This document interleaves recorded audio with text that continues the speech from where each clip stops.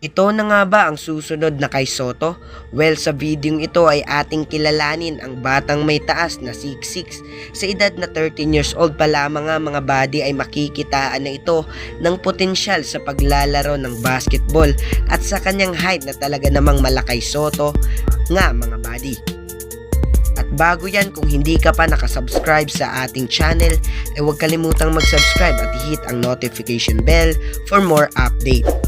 Maraming ang nakatukla sa batang ito at siya nga raw ay anak ng isang dating sikat na PBA player na si J.R. Reyes noong naglalaro pa ito sa PBA at sa Barangay Ginebra. At siya nga mga buddy ay si Tyler Reyes na talaga namang susunod yata sa yapak ni Kai Soto. Well mga buddy, si J.R. Reyes nga pala ay nakapaglaro noong 2006 to 2020 at power forward pa nga itong si J.R. Reyes mga buddy. Maraming ang mga anak ng mga PBA players sa ngayon ang nagpapakilala ngayon mga buddy sa PBA at sa iba pang larangan ng basketball. Isa na nga dito ay si Ravenna na nagpapakilala nga sa iba't ibang liga.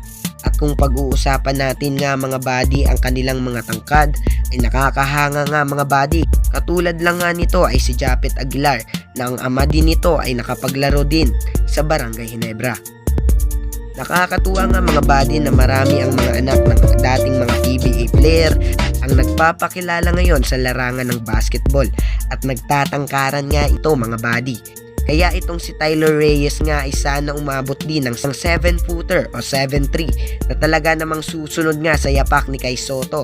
At malaki nga ang maitutulong nito kung ngayon pa lang ay sasanayin na at pagpapraktisin na sa Amerika, ay tiyak na malaki ang maitutulong nito dito sa ating bansa kung tutuloy-tuloyin niya ang kanyang pagsasanay.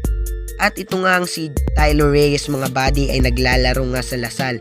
Sa Bell kasama din niya ang kanyang kapatid na talaga namang may dugo ng isang basketball player.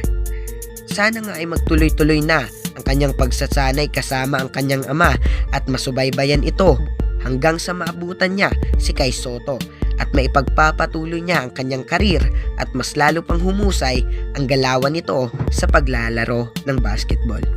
At mas lalo pang mapahusay ang kanyang skills at ability sa paglalaro ng basketball. Hindi lamang siya rito makikilala sa ating bansa, maging sa ibang bansa ay tiyak na makikilala siya kung patuloy ang kanyang pagsasanay at pagpapalagon ng kanyang skills. Practice. Good luck nga kay Tyler Reyes. Sana ay maabot niya ang kanyang pangarap. At siya na nga ang susunod sa yapak ni Kai Soto.